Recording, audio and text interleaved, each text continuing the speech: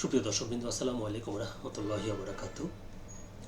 আজকে ওসমান হাদিকে গুলি করার পর বিশিষ্ট সাংবাদিক জুলকারনাইন শাহের এক ফেসবুক পোস্টে দাবি করেছেন যে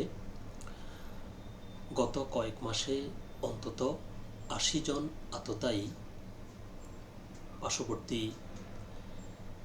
রাষ্ট্রের গোয়েন্দা সংস্থার তত্ত্বাবধানে বাংলাদেশে ঢুকেছেন।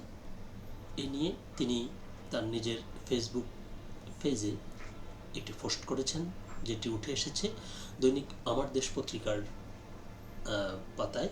তো চলুন দেখি আমরা সেখানে বিস্তারিত কি লিখেছে।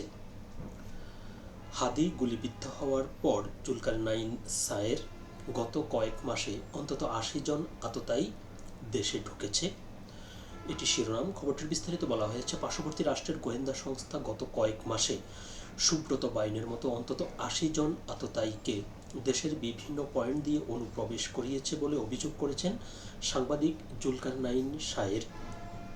শুক্রবার ইনকিলাব মঞ্চের মুখপাত্র শরীফ ওসমান হাদির উপর হামলার পর নিজের ভেরিফাইড ফেসবুক আইডিতে দেওয়া এক পোস্টে এই অভিযোগ করেন তিনি। ওই পোস্টে শাহের লিখেছেন, পার্শ্ববর্তী রাষ্ট্রের গোয়েন্দা সংস্থা গত কয়েক মাসে অন্তত ৮০ জন সুব্রত বাইনের মতো আততায়ীকে দেশের বিভিন্ন পয়েন্ট দিয়ে অনুপ্রবেশ করিয়েছে। আন্ডারওয়ার্ল্ড কুষ্টিয়া মেহেরপুর অঞ্চলের চরমপন্থী গ্রুপ এক হয়ে নির্বাচনকে সামনে রেখে বিভিন্ন প্রার্থী ও কেন্দ্রীয় নেতা, এলাকার জনপ্রিয় ব্যক্তিত্বদের টার্গেট করে হত্যা ও সহিংসতার ঘটনা ঘটানোর পরিকল্পনা চূড়ান্ত করেছে। তিনি আরও লিখেছেন, পশ্চিমবঙ্গ পুলিশের একজন ঊর্ধ্বতন কর্মকর্তা, যিনি সুব্রত বাইনের হ্যান্ডলার ছিলেন, জামিনে থাকা পিচ্চি হেলাল ও চরমপন্থী গ্রুপ গৌণ মুক্তি ফৌজের প্রধান মুকুল সম্প্রতি টেলিফোনে কনফারেন্সের মাধ্যমে এসব বিষয়ে নিজেদের মধ্যে আলোচনা করেছে। শাহের ভাষ্য, সুব্রত বাইন কারাগার থেকে তার মেয়ের মোবাইলে ফোন দিয়ে কনফারেন্স করে পিচ্চি হেলাল ও ভারতের পশ্চিমবঙ্গে পলাতক মুকুলের সাথে কথা বলেছে।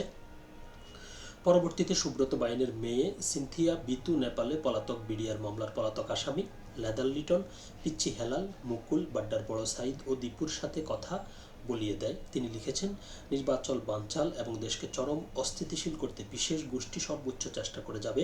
একতাবদ্ধ থেকে এদের মোকাবেলা করাই একমাত্র উপায়। মূল প্রতিবেদনটি এ পর্যন্তই ছিল। সকলে ভালো থাকবেন, সুস্থ থাকবেন। আল্লাহ হাফেজ।